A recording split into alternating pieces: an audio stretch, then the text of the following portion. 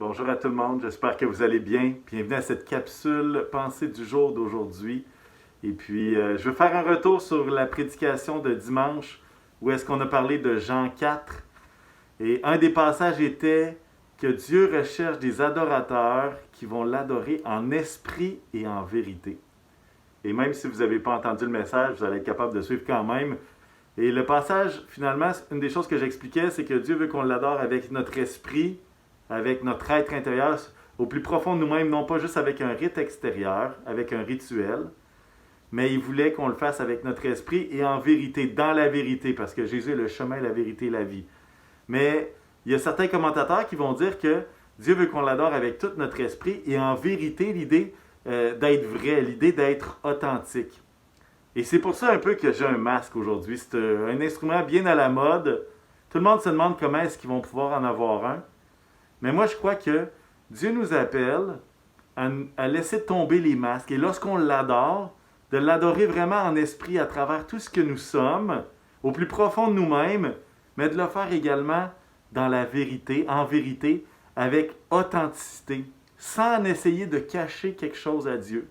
Et bien souvent, on est bon pour mettre des masques dans notre visage ou dans nos prières ou dans notre adoration parce qu'on a peur qu'il y ait une conséquence. On a peur que Dieu ne nous accepte pas. On a peur que Dieu ne nous trouve pas si beau que ça si on n'a pas notre masque. Mais au contraire, c'est le grand paradoxe parce que Dieu nous connaît tels que nous sommes.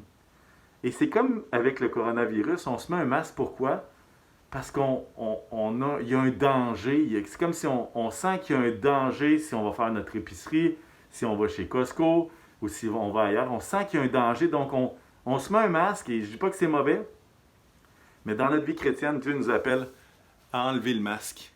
À enlever le masque, être capable de parler avec lui avec authenticité, avec ce qu'on vit pour vrai. Si on est triste, n'ayons pas peur de prier avec tristesse. Si on est dans la joie, ayons pas peur de se réjouir en Dieu, mais arrêtons de juste porter un masque devant le Seigneur. En fait, lui, il ne propage pas le virus. En fait, lui, il est la solution à nos problèmes, à nos difficultés, à ces péchés qui viennent nous pourrir l'existence, un peu comme la COVID nous pourrit l'existence ces temps-ci.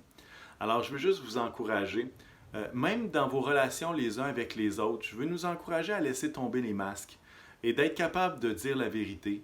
D'être capable, oui, on veut adorer le Seigneur en esprit, en vérité, et ça, c'est excellent, mais dans nos rapports les uns avec les autres, soyons capables de dire « Hey, moi, ça va pas » ou « Hey, moi, je vais quand même bien, mais est-ce que je peux t'aider?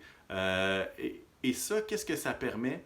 C'est la force et la raison d'être aussi de l'Église pour qu'on puisse être un soutien les uns les autres. Mais si tout le monde, alors qu'on pose la question classique, hein, « Hey, comment ça va? Hey, ça va bien, puis toi, ça va? » C'est toujours pareil, c'est comme un refrain qu'on entend, mais malheureusement, lorsqu'on est incapable de dire exactement comment on se sent, ben, ce qui se passe, c'est qu'on ne bénéficie pas de ce soutien, de cet encouragement qui est disponible par des frères et sœurs. Alors, j'aimerais qu'on puisse terminer cette capsule-là en priant. Et merci Seigneur pour ce temps qu'on passe ensemble.